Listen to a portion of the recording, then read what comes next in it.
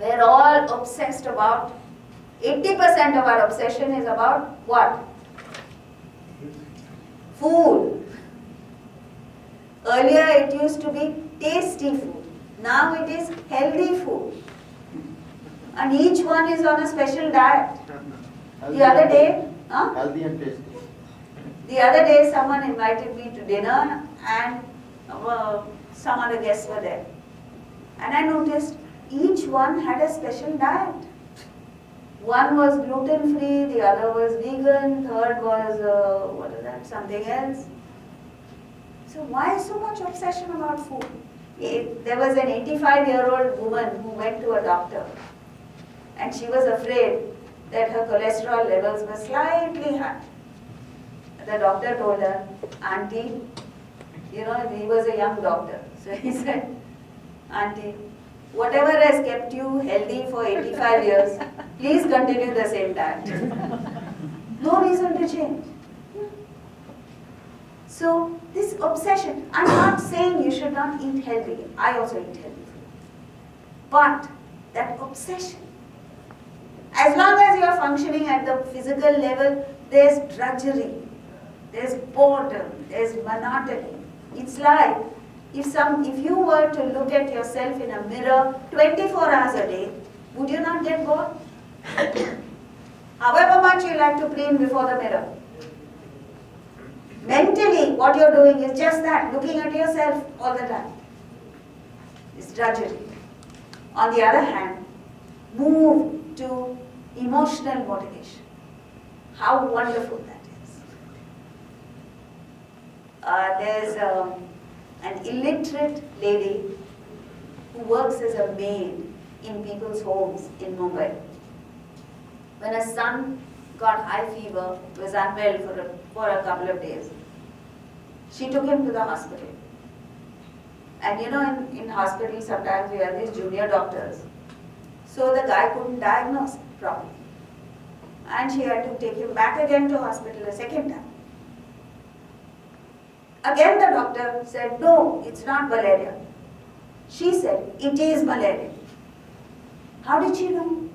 She is illiterate. Because of the love for the son. If you don't believe me, you take a look at yourself. When you are motivated by deep love for a person, somehow you understand what's happening to that person. Without having knowledge. How? Just commitment. Okay, you may not accept this. There was, and this is a true story, even the earlier one is a true story. In Boston, there was a couple when their son was born, he was so horribly handicapped that the doctor said he might as well have died, he should have died. But the parents didn't accept it. And they said, we'll make the best of it and we'll try and bring him up as normal as possible. So what happened was, they put him through normal school and they discovered that his mind was very active, but his body couldn't express itself. So they taught him to communicate with one finger on a laptop. One day in school, when the other kids were running, he typed a sentence on the laptop that changed the father's life. He typed, I wish I could run. And that father, who was not athletic, who did not like running, and was not good at running, now started running with a boy on his back. And he didn't just run, he won races. He won the Boston Marathon, he won triathlons, he won all kinds of races, and then he became a motivational speaker. Go one step further, have intellectual motivation, have an intellectual ideal. Then what happens? Miracles happen. You work for the well-being of your country, you work for the well-being of a larger section of society. There's a guy called Gary Yurovsky. You've heard of him? He's a vegan, Israeli, settled in Canada. And he goes to university showing films of the cruelty that is meted out to animals. And you watch him on YouTube. And they're so gruesome that most of his audience tends to turn away or they shut their eyes. And he says, don't look away. Because if it's not good for your eyes, it's not good for your stomach. So that's him. It's gone. Please. Can you hear me at the back? Yeah. How do you come back? But the entire meat and dairy industry is afraid of him. What gives him the power? The fact that he's working for an intellectual ideal. And then you go to the realm of the spirit and you achieve the impossible. Mirabai was given a cup of poison that didn't kill her. Prahlad in our scriptures, they speak of his father tried to kill him by doing various things. Nothing worked. The venom of snakes did not kill him. Elephants trampling on him did not kill him. Fire could not burn him.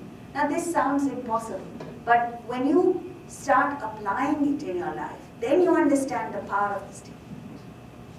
When you align yourself with the spirit, nothing in the world can affect you.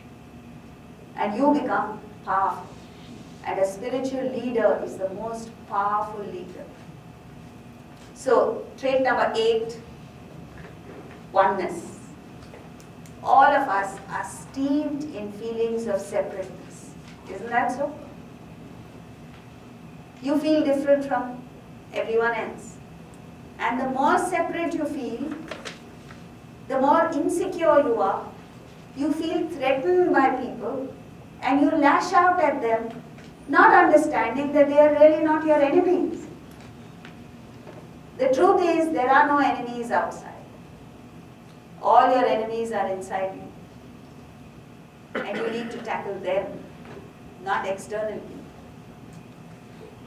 So what you need to do is have inclusive love and not exclusive attachment. You know, this feeling of oneness has tremendous implications. Oneness makes for success. You feel one with people and they return the courtesy. You know, even a dog experiences that. Is there anyone here who has a pet dog? Yeah. You will have noticed that if a dog lover comes to your home, he may not even know that there's a dog in the house, right? He just walks in and see what the dog's reaction is. Furiously wags his tail, runs towards the dog lover, jumps at him, licks him, does all sorts. His way of expressing love. But if a person who's afraid of dogs or a person who does not like dogs enter your house, watch the fun. The dog will first snarl at him, Bark. Yeah. growl, bark, and attack menacingly. And the guy is already afraid, he'll probably get a heart attack. If a dog can understand affection so much without it being expressed, how much more is it with a human? Huh? So, in business meetings, when you meet people, you shake hands and say, what can I do for you? Right? What you mean is, what can I get out of you? So you go to the person and say, I don't like him. I noticed it the other day. You know, someone was driving me to meet a third person. And throughout the journey he told me, you know, this guy is a horrible fellow, his wife is even more terrible. And he spoke ill of the couple right through. And then when we went to meet them, he said, his behavior changed completely. Oh, hello, it's been so long since we met, we must meet more often. But you can't fake it. It gets across. So, genuinely, from the bottom of your heart, before you meet a person, go with feelings of oneness, affection. Then you don't feel threatened. Otherwise, you feel, and all this springs from lack of self-sufficiency. You don't feel sufficient within yourself. You don't feel confident within yourself. You have an inferiority complex, and therefore you feel everyone is an enemy. Duryodhana in the Mahabharata considered the Pandavas as enemies, and Yudhishthir had gone well out of his way to protect Duryodhana every time he did a stupid thing. He actually saved his life. But facts also you don't see. And what happens is, because you reject benefactors, then you're left with scum.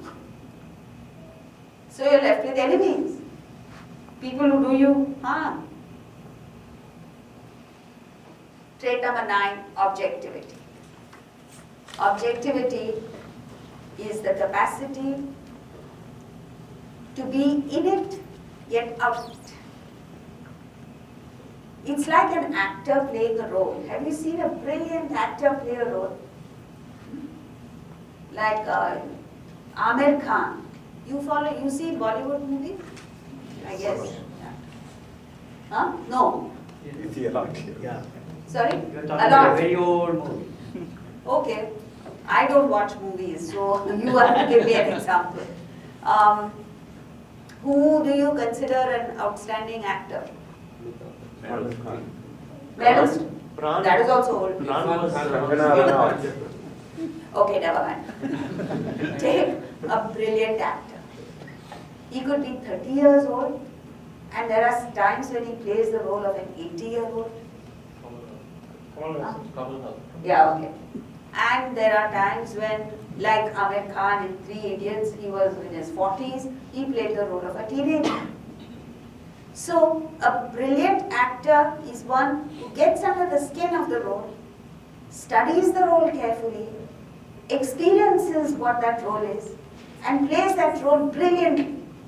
But never does he forget that I am the actor playing the role. Right? You don't believe me? If he doesn't remember that, then he's gone, he can't act. Similarly, you as a spectator, as the audience watching the movie, you know you are apart from the movie. Yet, if you want to enjoy that movie, you have to temporarily suspend reality and identify with the role. Isn't it? Only then you can enjoy it. So objectivity is that you are completely in it, yet totally out of it. Have I confused you sufficiently? In other words, friends, all I'm saying is what Shakespeare said. All the world's a stage, and all men and women mere players. They have their exits and their entrances. Play your role. All of us have a role at different stages of life, different roles. Today you have a role. Play your role to the best of your ability. Get out when the time comes. But no, you want to enter there and you want to change the script. You want to mess around with the play and destroy it.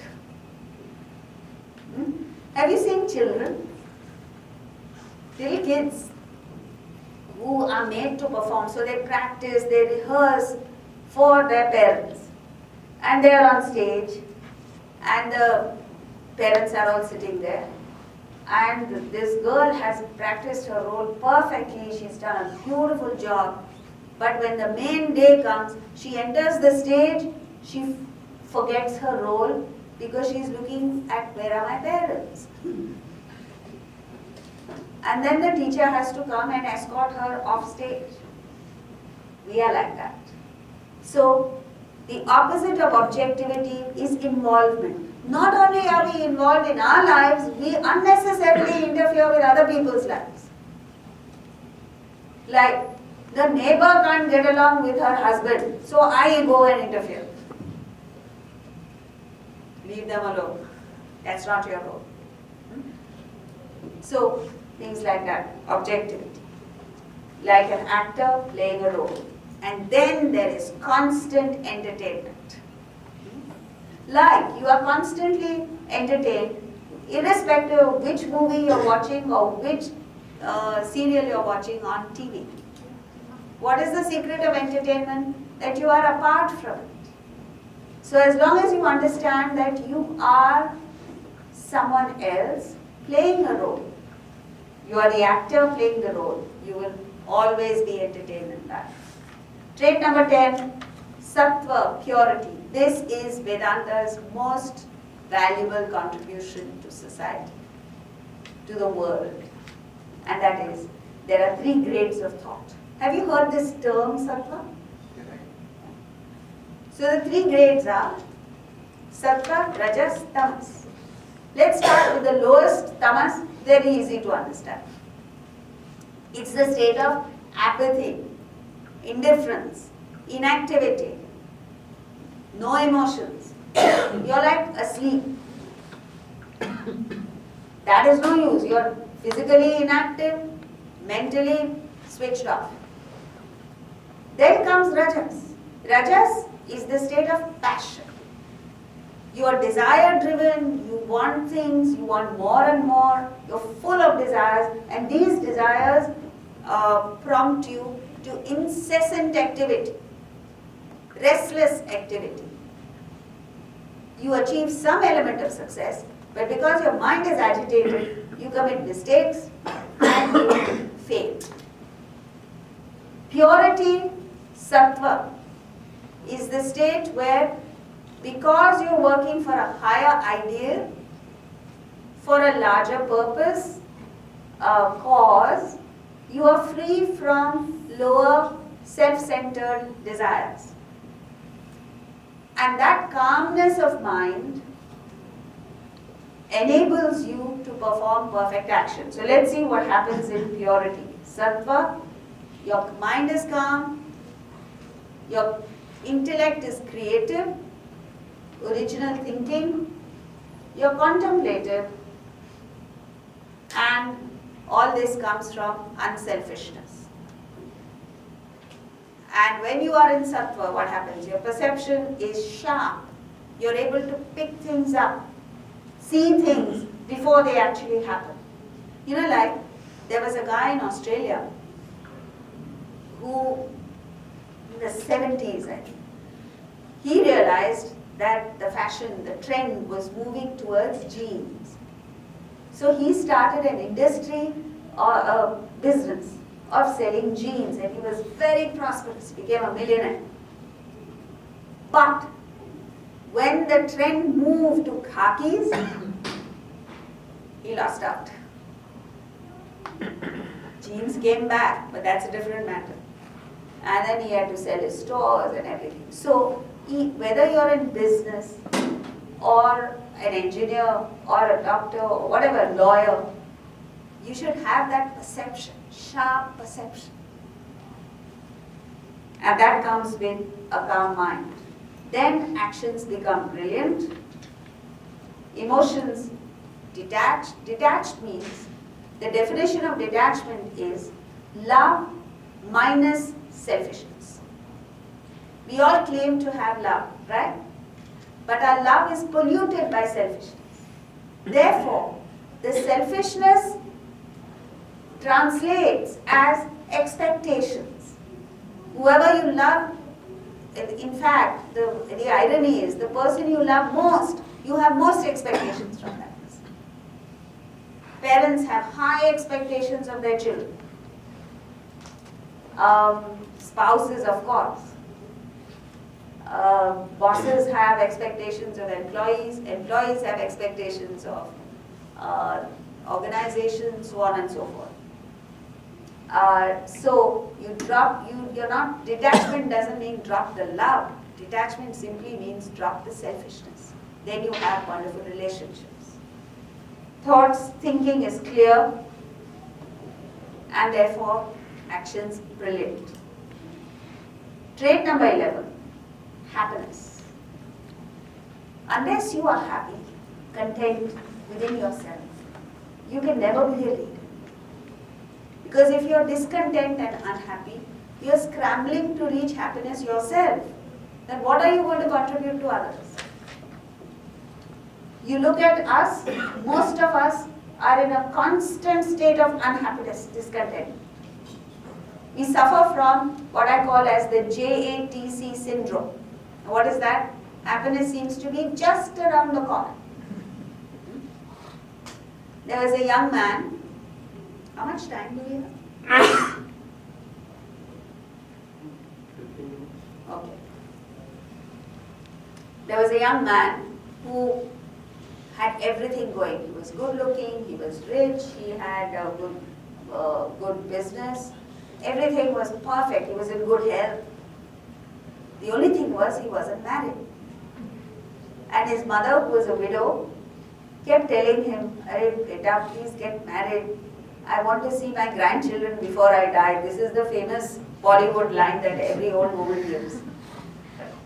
And but the son said, he looked at all the married couples, he said, "I don't want it." Then he decided, it's a lonely life, so I want to get married. What do I do?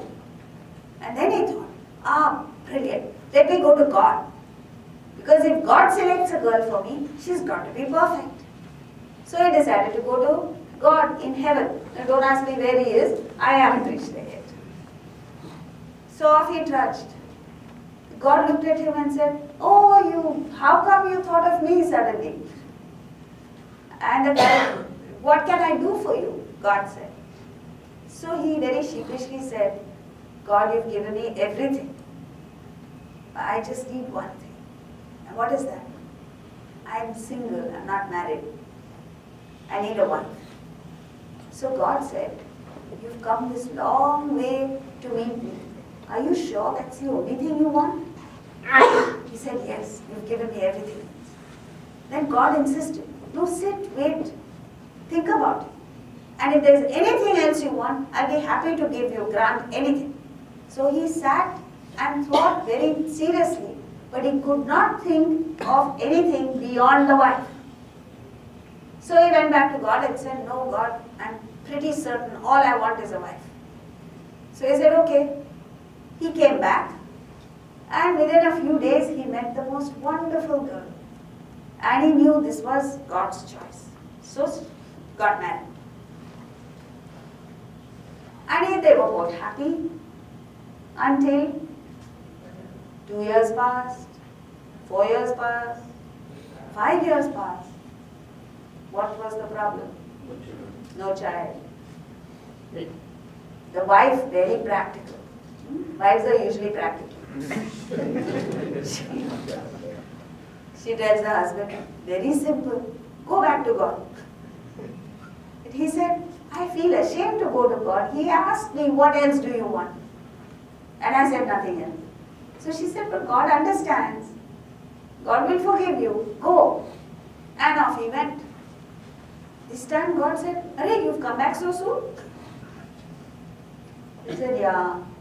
Thank you. You gave me a great wife. I'm so happy with her. But then what? We don't have children. And you know, now in India, because of the population, I don't even want multiple children, only one. Boy or girl, doesn't matter. Just one child. So this time God said, make sure you don't want anything else. So he said, no, I thought about it before coming, I don't want anything else. So he said, Tathastu. Came back. And very soon the wife announced, we're going to be parents. And they were extremely happy. The child was born, a boy, beautiful baby. Everything was fine with the child. Until they realized that the child could not hear. Something was wrong.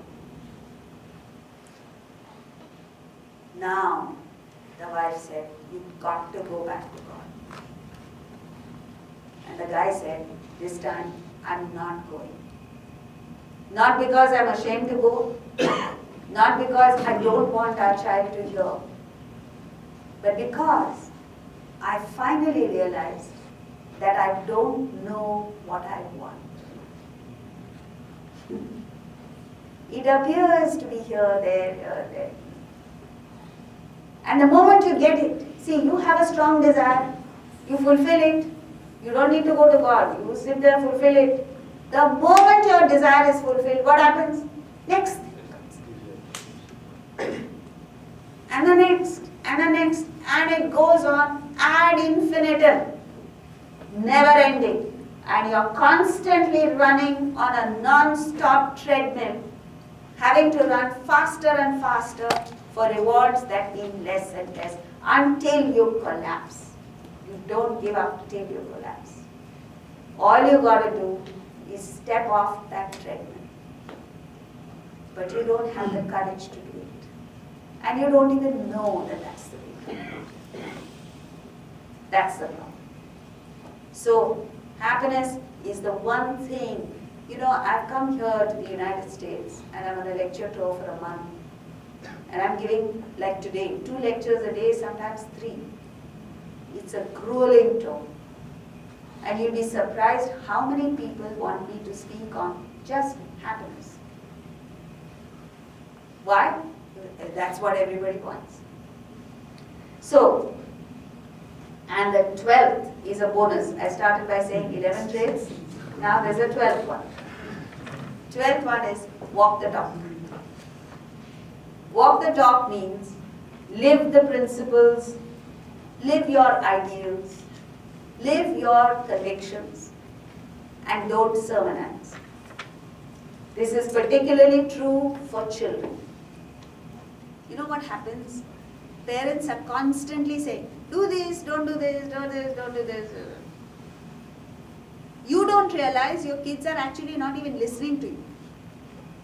Because the moment the parent starts speaking, the child switches off, is not listening. Then what must you do? But the child doesn't listen to you. The child watches very carefully what you do and emulates that. Right? It's okay, I'm almost done. So, what must you do? Speak as little as possible. Meaning, I'm not saying speak, don't sermonize, don't constantly say do this, don't do this. You just live the principles you want to live. And if you don't sermonize, they'll pick it up. You must realize the next generation is 10 steps ahead of us. They're smarter than you. And so they pick it up very fast. What do they pick up? The values that you give. You tell the child don't lie and you are lying through your teeth. Sorry, that doesn't get through. You are dishonest and you tell the child to be honest. Doesn't work. You smoke and tell your children not to smoke. No way it will work. So, focus on yourself. Everyone said, oh, you know, it's such a challenge bringing up children in this country, particularly teenage kids. There's a woman who told me, I have a 17-year-old son and I'm stressed out. Why should your son stress you out? Your son should give you pleasure. Why? Because of this. So, take-home points. We discussed the important qualities. You must not want the position. Why? Because you want to add value to society. You want to do good to society. You're not concerned with the position. Number 2, impeccable character. Bhishma had impeccable character. What a life of sacrifice he led. One day he discovered his father was depressed. So he went and asked the charioteer. The father was king. He said, what's wrong with my dad? He said, he's fallen in love, he wants to marry. So then he said, what's the problem? Anyone should be willing to marry the king. He said, no, the fisherman's daughter he wants to marry, and the fisherman said no. So he goes and meets the fisherman. He says, what objection do you have to your daughter marrying my father? He says, because he has a son, you will become king and not my daughter's children. So he says, all right, I won't marry, I will not have, I give up my right to the throne. So the fisherman is a pakka fisherman. He says, You may give up your right to the throne, but your children are heirs to the throne. That's how it went. Then he takes the vow. I take a vow that I will not marry. So that is outstanding character. I'm not asking you not to marry. Higher ideal you must have. And then the three principles: sincerity of action, purity of heart, and clarity of thought. And the last, sattva. If you put into action even one of these 11 qualities, you'll be an outstanding person. Yeah? But there must be that urge in us to become better human beings. We don't have that. The urge is to buy a better car, a better home, a better wife maybe. But no urge to become a better human being. And once you cultivate that, you find your way out. So, all of us need guidance, all of us need knowledge. And that knowledge is available right there at the back. We have some books and CDs. We have the entire Bhagavad Gita in USB drive, which is just a small little box of videos of the entire 18 chapters, 150 hours of lecture. We have various things. So please do take a look. We also have some brochures, so you can pick it up on your way. Tomorrow I leave for LA, and from LA, this evening there is a lecture at Cupertino. Those of you who are interested can find out the address from me. I'll be here for a while. You're most welcome to attend that. After this, I'm going to LA, Austin, Texas, Houston, Atlanta, and New Jersey, New York, before I go back home to Mumbai. If you have friends in any of these places, please do visit our website and send them the link so that they can also benefit from the talks. Thank you. What's your website? Vedantavision.in or .org. All this information is in our brochures. Thank you very much.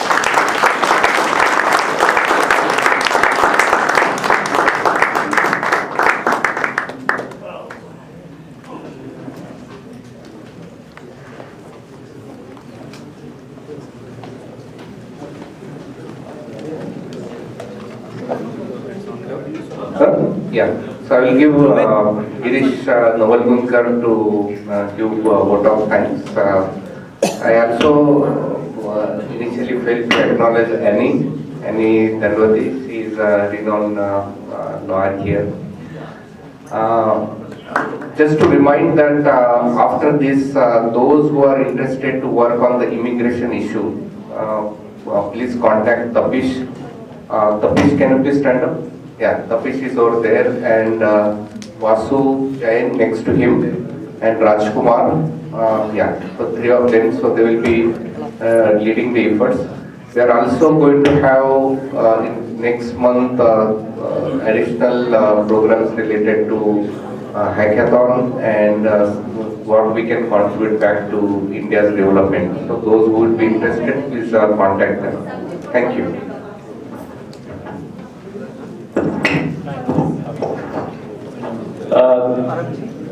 First of all, thank you, Jaya ji, for giving such a wonderful speech. It was great, and especially considering that we are trying to imitate our Western culture, whereas we have forgotten our original roots. And definitely, it was really helpful to make us remember where we came from and how relevant Vedanta is for us in our day-to-day life.